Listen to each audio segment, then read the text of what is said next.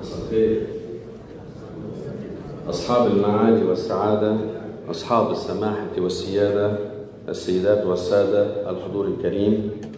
يسرنا في بلدية صيدا أن نلتقي اليوم في مناسبة نعتز بها، مناسبة تحمل الفخر لمدينتنا وتؤكد مرة جديدة أن صيدا كما كانت دائما مدينة العطاء والريادة والطاقات الشابة الخلاقة.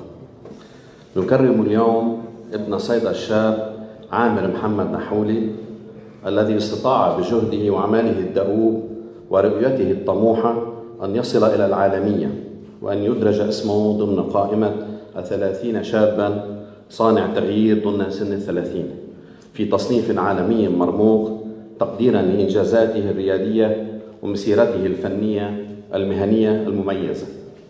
إن هذا التكريم لا يعبر فقط عن نجاح فردي مستحق، بل هو رسالة أمل لكل شاب وشابة في مدينتنا بأن الطموح لا يعرف حدودا، وأن الإبداع والعمل الجاد قادرين على تحويل الأفكار إلى إنجازات تنافس على المستوى العالمي.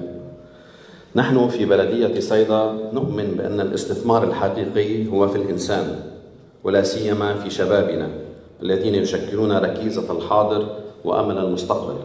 ومن هنا يأتي هذا التكريم تأكيدا على دعمنا الدائم لكل تجربة ناجحة ولكل نموذج مشرف يرفع اسم صيدا عاليا.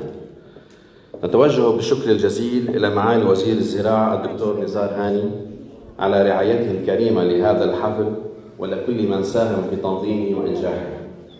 كما نبارك للمكرم هذا الإنجاز المستحق ونتمنى له مزيدا من التألق والنجاح.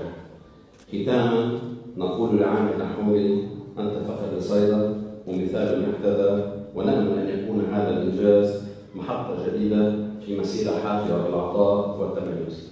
أهلا وسهلا بكم، شكرا لحضوركم.